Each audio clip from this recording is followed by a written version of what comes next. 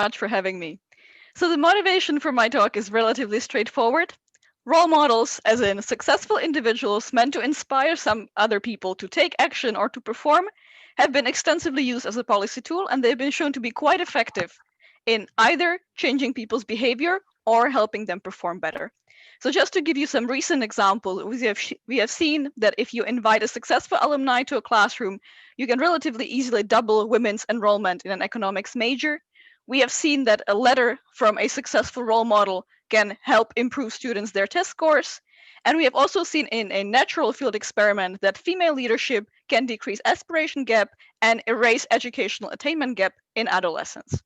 So all of this is very exciting. The problem with these interventions is that we're not entirely sure why they are so successful. So let me explain what I mean by that. The problem is that when it comes to role models, and particularly in the field, the definition of a role model has been thoroughly inconsistent. And so we have seen role models used in a variety of settings, everything from education to politics, of role models of different types. So a successful peer, a successful professional like Serena Williams, a celebrity, or maybe even a scientist. We have seen these role models have various degrees of interaction with their target audience. So maybe they sent a letter, maybe they recorded a video, maybe they showed up in person to some place, maybe they provided more direct help in terms of mentoring. This leads me to the final problem, is that often role models provide information, but of course there's many pieces of information that role models can be providing about the environment, about long-term consequences of certain actions, about the different ways you can get to the top. And so then disentangling why role model interventions are so successful is relatively difficult. In fact, there was a recent meta-analysis looking particularly at role models for women in STEM fields, using 45 papers and finding massive differences between a lab and field studies. However, because the papers differ on so many different dimensions, the meta-analysis wasn't able to pin down the particular channels. What is it that is driving the differences between lab and field? Now, of course, intuitively, you can say, well, there's clearly probably different levels of interaction with the audience. There might be differences in how long these interventions took, and probably different types of role models were shown. And so this is then becoming problematic when we're trying to design the optimal policy because we don't know what we're looking for in a role model. And so in this paper, what I'm asking is, let's just take the most basic thing about role models that they're communicating, because they are fundamentally communicating that somebody like themselves can succeed. So my question is, does it matter that you communicate this particular piece of information? The internet would have you believe that this is extremely important to people.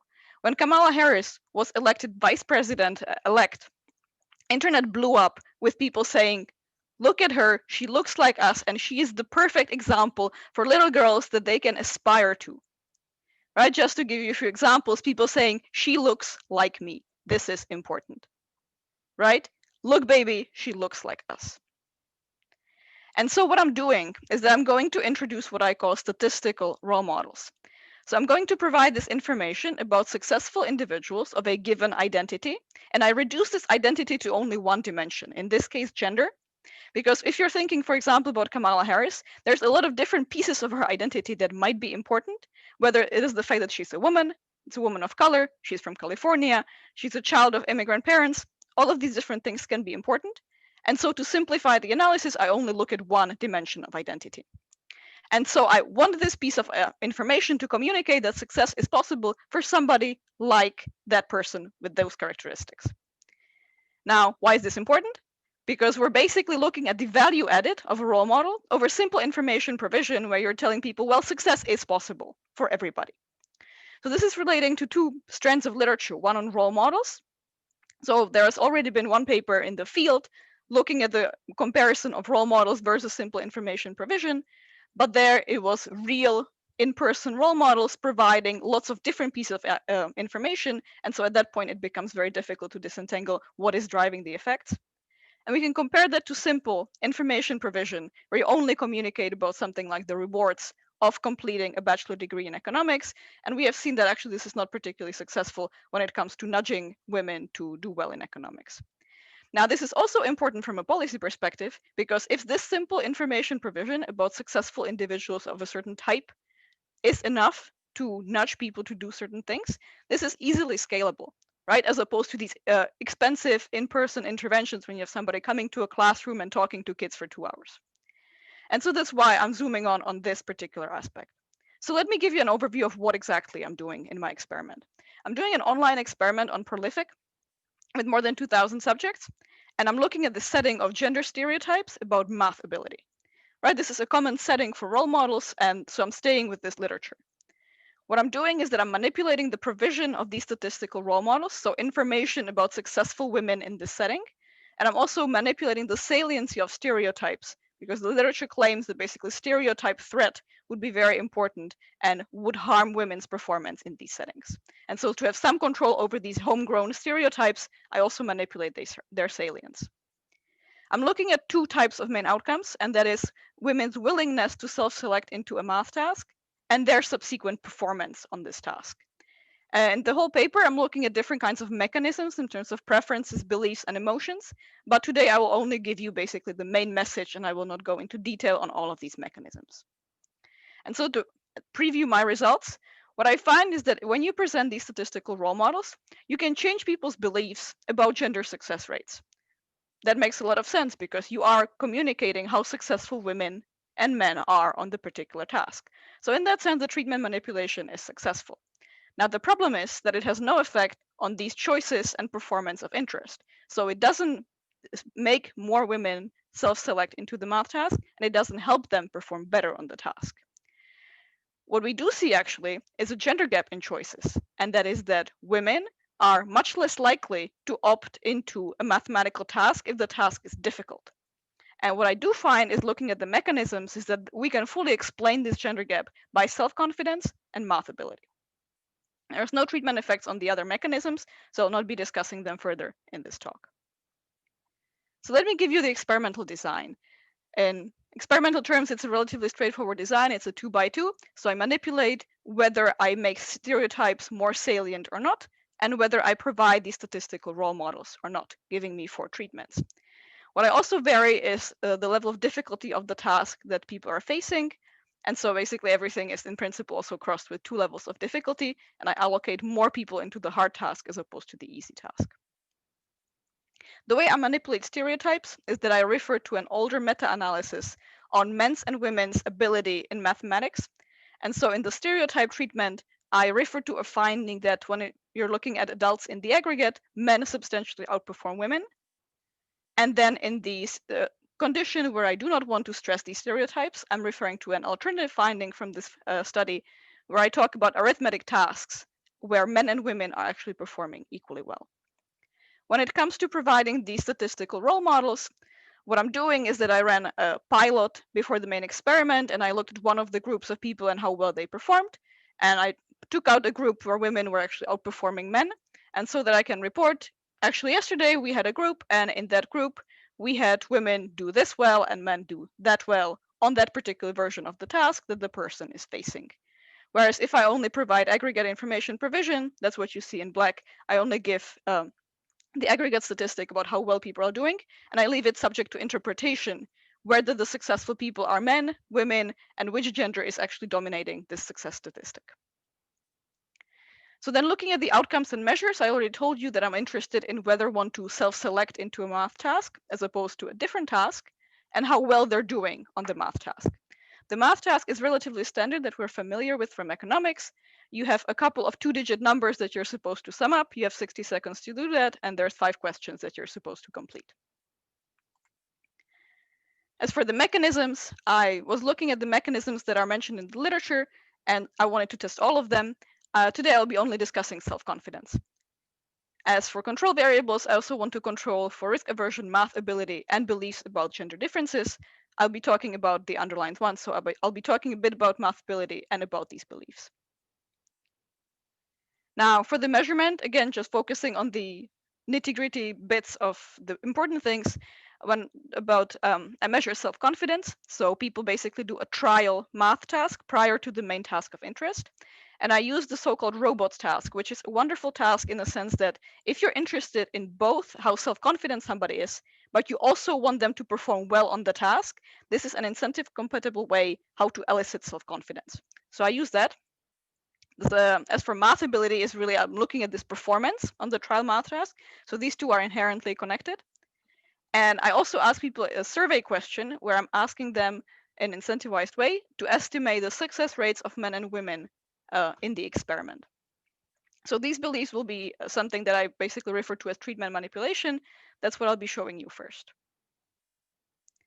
To give you a timeline overview of how the experiment looks like, I deleted everything else that I'm not discussing, but basically the main structure is that first you see the treatment manipulation about the stereotypes and statistical role models.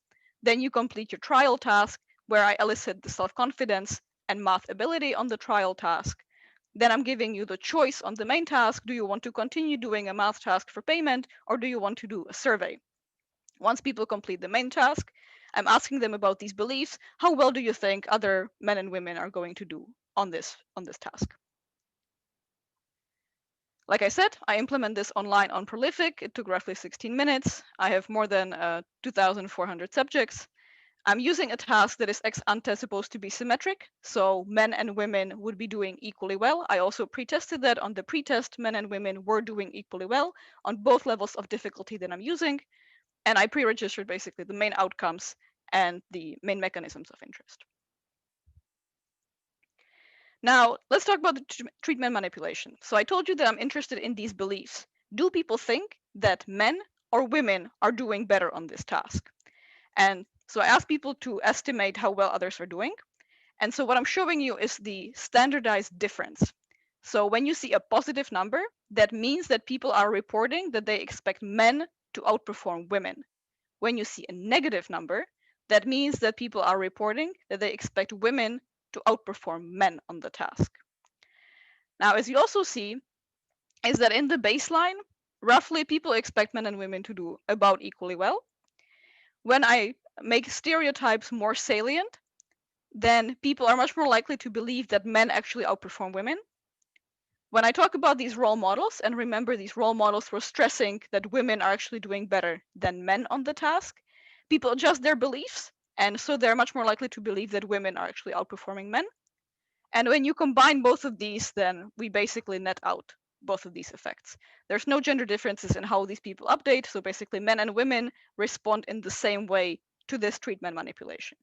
So in that sense, that's good news. We're changing people's beliefs. It's a relatively simple, scalable manipulation. So we are communicating something to these people and they're taking it into account. So then the question is, are they taking it also to account for themselves? Basically realizing that they are women and therefore it should apply to them. And the answer is no. So if I look at task choice, I'm looking at the easy task or the hard task. Basically what I see is that there's no treatment effect in how likely men or women are to enter a particular task. What I do see is that there's a significant gender gap in entering the task for the hard difficulty. So women, when faced with a hard math task, they're less likely to opt in. I'll show you a regression in a second. Let me just give you one more graph for the task success. When it comes to the self-selected people, how well they're performing on the task, you see that on the easy task, on the hard task, men and women are doing pretty much the same. To show you that in regressions, like I said, no treatment effect, no gender differences in performance, but a gender difference in self-selection into the hard task. So women, roughly 13 percentage points less likely to enter the math task when it's difficult. So then the question becomes, why don't women do the hard task? What is it that's the explanation for the gender gap? And so what I do find is that, well, there's no treatment effect on these mechanisms, but I find that in the baseline, basically, females are less self-confident, and they're doing actually worse on the trial task. That's what I call math ability.